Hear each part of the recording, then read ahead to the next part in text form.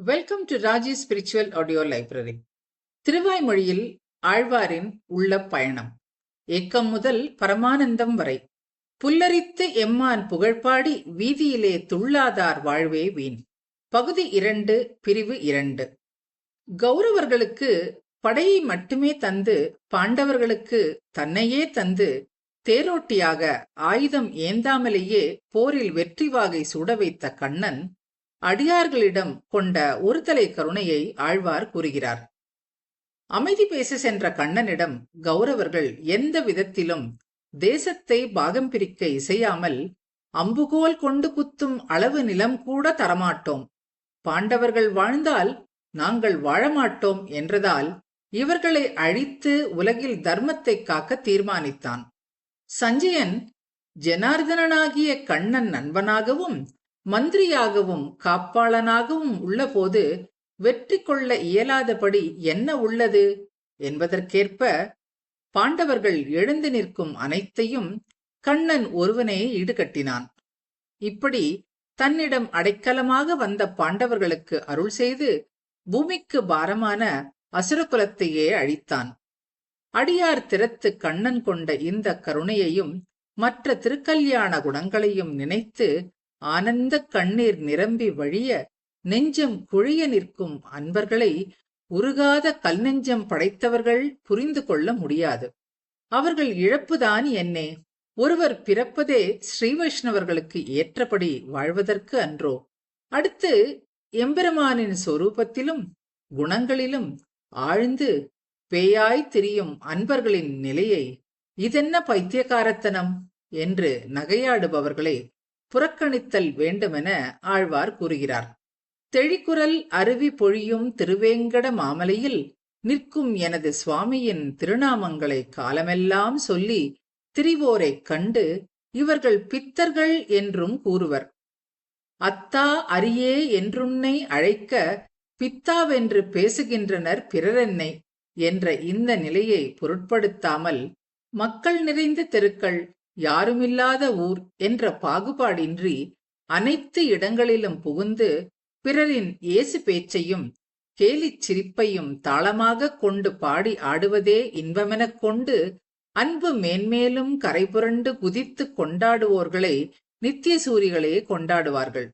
பகவானுக்கு அகப்பணி செய்யும் நித்திய சூரிகளே கொண்டாடும் போது அவனை லயிப்பதால் வரும் பேரின்பத்தை அறியாத சிறியோர்களைப் பற்றி ஏன் சிந்திக்க வேண்டும்? கைவல்ய முக்தியை கை கொண்டவர்களை விட எம்பெருமானின் குணங்களில் ஆழங்கால் பட்டு இன்புறுவதே செய்ய வேண்டிய செயலாகும் என்கிறார் ஆழ்வார்.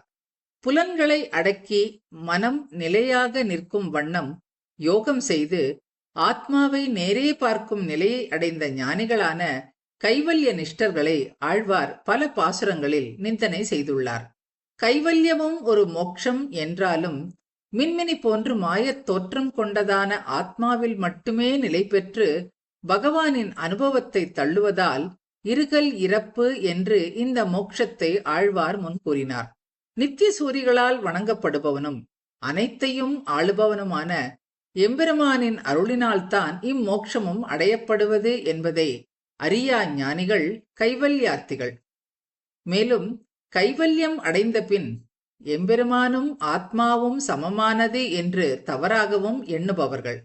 முக்த ஜீவனுக்கு எம்பெருமானுடன் சாமியம் ஏற்பட்டாலும் அது சமமாகாது என்று சொல்கிறது பிரம்மசூத்திரம். ஆத்மாவை உணர்ந்து அதை உள்நோக்கி லயித்து தனிமையாக இன்பம் பெறுவதில் என்ன பயன்? தூராத மனக்காதல் தொண்டர் தங்கள் குழாம் குழுமி திருப்புகழ்கள் பலவும் பாட முடியாதே. எம்பெருமானின் மேன்மைகளை வாயினால் பேசி மனத்தினால் சிந்திக்க முடியாதே. மழைக்கண்ணீர் மல்க ஆடி ஆடி அகம் கரைய முடியாதே. அதனால் எம்பெருமானையே பயனாக கொண்டு அவனுடைய திவ்ய மங்கள தோற்றத்திலும் எண்ணிலா திருக்குணங்களிலும் திளைத்து வரும் களிப்பில் துள்ளி பூதலத்தில் புரளுவதும் ஆடுவதும் பாடுவதும் மட்டுமே செய்யத்தகுந்த செயலாகும். அடுத்து எந்த பயனும் எதிர்பார்க்காமல் எம்பெருமானை நினைப்பதால் வரும் நெகிழ்ச்சி மட்டுமே ஏற்றத்தக்க நிலையான புருஷார்த்தம். மற்றவைகள் எல்லாம் தள்ளத்தக்கதே என்று உபதேசிக்கிறார் ஆழ்வார்.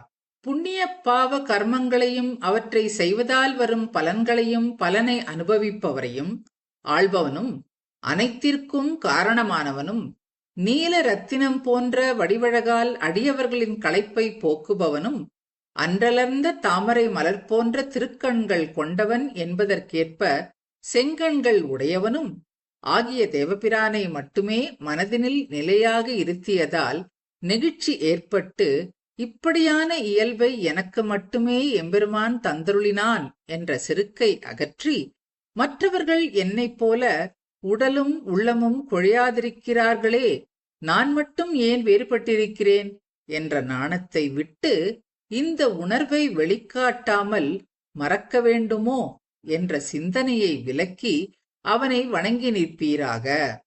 இதுவே புருஷார்த்தம்.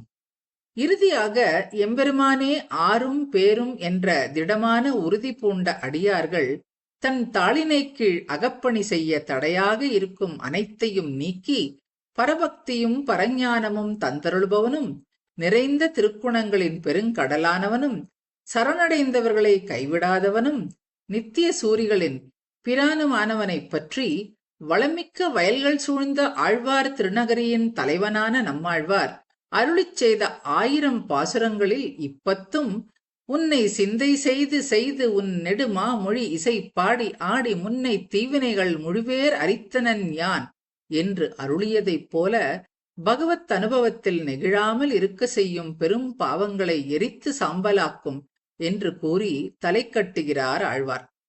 பதிகத்தின் பெருமை. எம்பெருமானின் அனுபவம் தரும் பேரின்பத்தால் உடலில் மாற்றங்கள் உணராதவர்கள் 7 விதமானவர்கள் என்று ஆழ்வார் இப்பத்தில் அருளியுள்ளார். 1. இறைவனின் அனுபவத்தைப் பற்றி அறிவற்றவர்கள். 2. சாஸ்திர முறையில் கர்மங்கள் இயற்றும் முனைப்புடன் இருந்து எம்பெருமானின் அனுபவத்தை தொலைப்பவர்கள். 3. எம்பெருமானின் அனுபவத்தால் ஏற்படும் களிப்பை அறிந்தும் மற்ற விஷயங்களில் மேவி நிற்பவர்கள். 4. அவ்வாறு நின்று அவ்வனுபவமும் இதுவும் ஒன்றென கருதி கேள்வி கேட்பவர்கள். 5. தங்களை பக்தர்களாக எண்ணியும் அந்நெறிக்கு புறம்பே செயல்படுபவர்கள். 6. எம்பெருமானை விட்டு மற்ற தெய்வங்களை சிறிய பலனுக்காக தொழுபவர்கள். 7. அத்தெய்வங்களுக்கு அடியவராக இருப்பவர்கள். இப்படிப்பட்டவர்கள் ஒரு பொருளாகவே மதிக்கத்தக்கவர்கள் அல்லர் என்றும், பிறப்பு, அறிவு, தொழில் போன்றவற்றால் மேன்மையில்லாத போதும் எம்பெருமானின் அனுபவத்தால் உடலில் மகிழ்ச்சி கிளர்ந்தெழுந்து வீதிகள் தோறும் துள்ளுபவர்களுக்கு தாம் அடிமை என்றும் ஆழ்வார் அருளிச் செய்கிறார். கஜேந்திர சரித்திரத்தை பல ஆழ்வார்கள் அனுபவித்துள்ளார்கள்.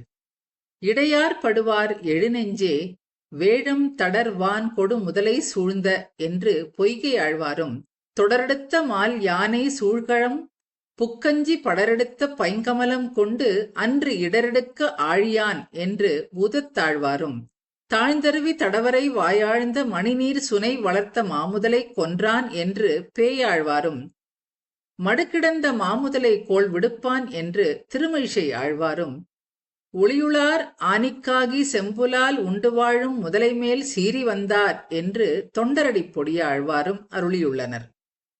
திருமங்கை ஆழ்வாரும், நால் திசை நடுங்க அஞ்சிரை பறவையேறி நால்வாய் மும்மதத்து இருசெவி ஒரு தனி வேழத்து அறந்தையை ஒரு நாள் இருநீர் மடுவுள் தீர்த்தனை போரானை பொக்கைவாய் கோட்பட்டு நின்றலறி நீரார் மலைக்கமலம் கொண்டோர் நெடுங்கையால் நாராயணா ஓ மணிவண்ணா நாகணையாய் வாராய் என் நிடரை நீக்காய் என்றும், நின்சரண் நினைக்கொடிய வாய் விலங்கின் இன்னுயிர் மலங்க கொண்ட சீற்றம் ஒன்று உண்டு என்றும் அருளியுள்ளார். ஐதீகங்களும் உரையாடல்களும். வைணவ உரைகளுக்கு பல தனி சிறப்புகள் இருக்கின்றன. அவ்வுரைகளில் வைணவ ஆச்சாரியர்களின் பெயர்களும் அவர்கள் சம்பந்தப்பட்ட நிகழ்ச்சிகளும் உரையாடல்களும் இடம்பெற செய்துள்ளது ஒரு சிறந்த யுக்தி. இந்த ஐதீகங்கள் மூலம் ஆச்சாரியர்களை பற்றி நாம் ஆழமாக தெரிந்து கொள்ளலாம். அவர்களின் உரையாடல்கள் மூலம் நாம் சித்தாந்தத்தை பற்றி தெரிந்து கொள்ளலாம். முதல் பாசுரத்தில் கஜேந்திரனுக்கு இன்னருள் புரிந்த எம்பெருமானின் திருக்குணத்தை பற்றி பாடியாடி புல்லரித்து போகாதவர்களால் ஒரு பயனும் இல்லை என்று அருளினார் ஆழ்வார். அதன் தொடர்பாக பட்டர் அருளிச் செய்த வார்த்தை: எம்பெருமான் நமக்காக 100,000 செய்தாலும் அதனால் உருகாத நெஞ்சினராய் நம்மால் தான் இருக்க முடியும். நம்மை ஆபத்திலிருந்து காப்பாற்ற இருந்த இடத்தில் இருக்க முடியாமல் பதறி அடித்து ஓடி வர அவனால் தான் முடியும் என்கிறார். 4ஆம் பாசுரத்தில் எம்பெருமானின் திருக்குணங்களுக்கு இழகாதவர்கள் ஸ்ரீ வைஷ்ணவர்களுக்கு நடுவே பிறப்பதால் என்ன பயன் என்பதின் தொடர்பில் பிள்ளையாழ்வானுடைய வார்த்தை எடுத்துக்காட்டப்படுகிறது.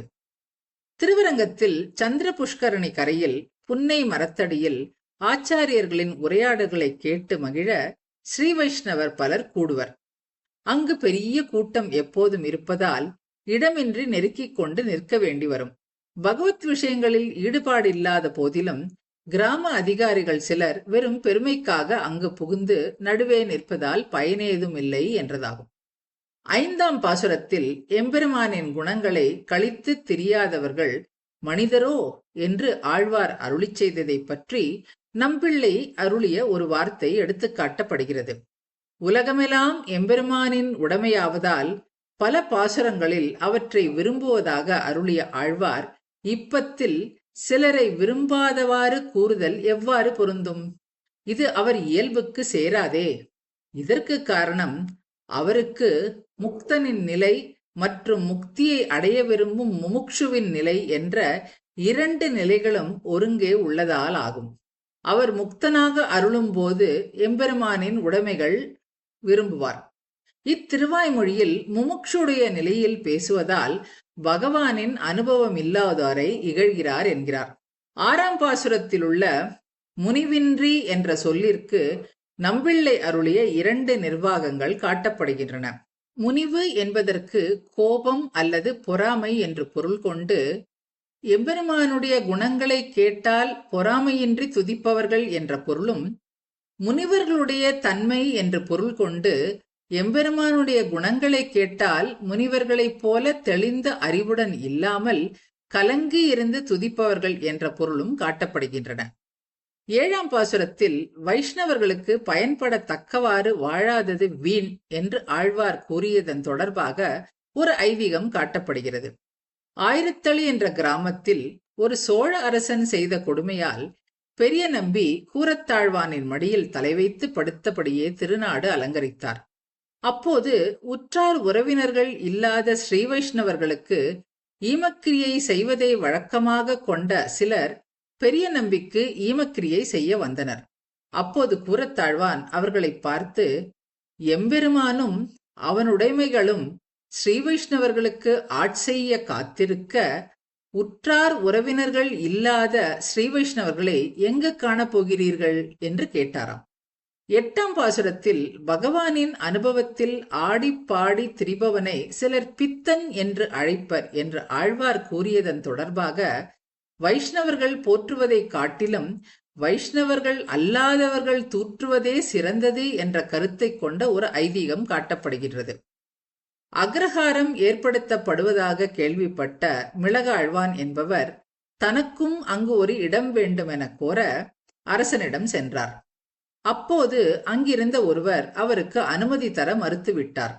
வேதத்திலும் சாஸ்திரத்திலும் குறைவில்லாத தனக்கு ஏன் இடமில்லை என்று மிளகாழ்வான் கேட்க, அவன் வைஷ்ணவன் ஆனதால் அனுமதி இல்லை என்ற பதில் வந்தது. ஒரு வைஷ்ணவன் இல்லாதவன் தன்னை வைஷ்ணவன் என்ற காரணத்தால் கைவிட்டதால் மிகவும் மகிழ்ந்து மிளகாழ்வான் தன் உத்திரியத்தை மேலே எறிந்து கூத்தாடினாராம். ஆழ்வாரின் உள்ள பயணம் தொடரும். தொடர்ந்து அனுபவிப்போம்.